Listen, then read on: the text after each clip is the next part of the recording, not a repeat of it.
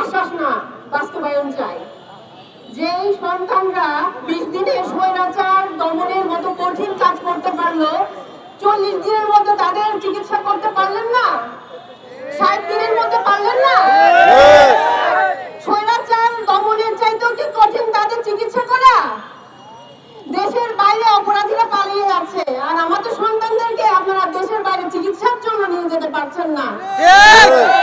সরকার কি দেউলিয়া হয়ে গেছে? যদি হয়েও যায় তাহলে বলতে চাই, অন্য সবকিছু বাদ দিয়ে তাদের চিকিৎসাটাই আগে করুন। তাদের ওপর দাঁড়িয়ে আছি আমরা, তাদের ওপর দাঁড়িয়ে আছেন আপনারা। নিঃশ্বাস নিতে পারছেন, তা নাহলে আপনি থাকতেন আয়না ঘরে, আমরা থাকতাম কবরস্থানে। যাদের হাত পা চোখ বিনিয়োগে দেশ পেয়েছি, তাদের চিকিৎসার জন্য যদি বিলম্ব হয়, তাহলে আমরা যারা বেঁচে আছি আমরা লজ্জিত, আমরা লজ্জা বোধ করি। হ্যাঁ, কিছু জিনিসে অবশ্যই সময় লাগবে। রুগ্ন ব্যাংকিং ব্যবস্থাকে সুস্থ করে তোলার জন্য সময় লাগবে, আমি বুঝি। কৃষি খাতকে উন্নত করতে সময় লাগবে, আমি বুঝি। পাচারকৃত টাকা উদ্ধার করতে সময় লাগবে, আমি বুঝি। কিন্তু সামান্য কিছু লোকজনকে বিদেশের চিকিৎসার জন্য পাঠাবেন বা এখানে পুনর্বাসন করবেন, এখানে চিকিৎসা দিবেন, এটার জন্য এত সময় লাগবে, এটা তো আমি বুঝি না। তাহলে কেন তারা 20 দিনের মধ্যে আপনাদেরকে স্বাধীনতা দিল? আমি জানতে চাই না একজন নাগরিক হিসেবে গণঅভ্যুত্থানের কে ছিল মাস্টার মাইন্ড। আমি জানতে চাই কারা ছিল কন্ট্রিবিউটর। They are the কন্ট্রিবিউটরস। আপনারা তাদের থেকে জিজ্ঞাসা করুন তারা কি চায়। যদি এটা জানতে না পারলেন তাহলে স্বাধীনতার অর্থটা কি?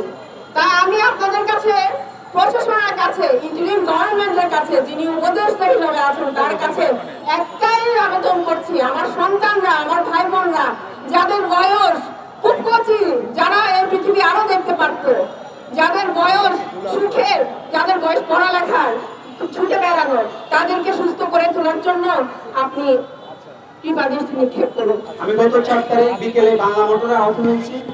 আহত পরবর্তী সময়ে আমাদের যারা সারা বাংলাদেশে যে আমরা একটা লিস্ট দেখেছি যে প্রায় 1600 মতো মৃত্যু হয়েছে এবং প্রায় 7,000 মানুষ আহত। তো আমরা এতটুকু জানতে চাই যে আসলে আমাদের ইন্ডিয়ান গভর্নমেন্ট, আমরা জানি যে কোনো একটা পরিবর্তন, যে কোনো একটা এস্টাবলিশমেন্টের জন্য সময় প্রয়োজন, কিন্তু আসলে কতটুকু সময় প্রয়োজন, কতদিনের মধ্যে আপনার সময় প্রয়োজন, সেই জায়গাটাকে আপনি উচিত করবেন। আজকে আমি জাতীয় বাহান ইনস্টিটিউট, জাতীয় বাহানের প্রার্থী ইউনিটি করতে আছি। আজকে আমার পাশে একজন ভাই, উনি কেবিনেট বিল নিয়ে যাওয়া লাগছে।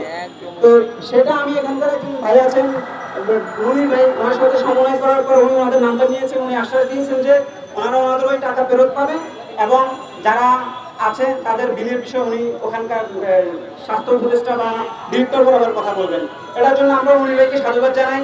আমরা চাই যে এভাবেই আমাদের কোনো ভাই যেন বিড়ম্বনা, যেন তাদের স্বাস্থ্যের, তাদের জন্য কোনো চিকিৎসার বিড়ম্বনা না করতে হয়, আমরা সেটা এনশিওর করতে আমরা চাইবো যে তারা যেন সেটা এনশিওর করে।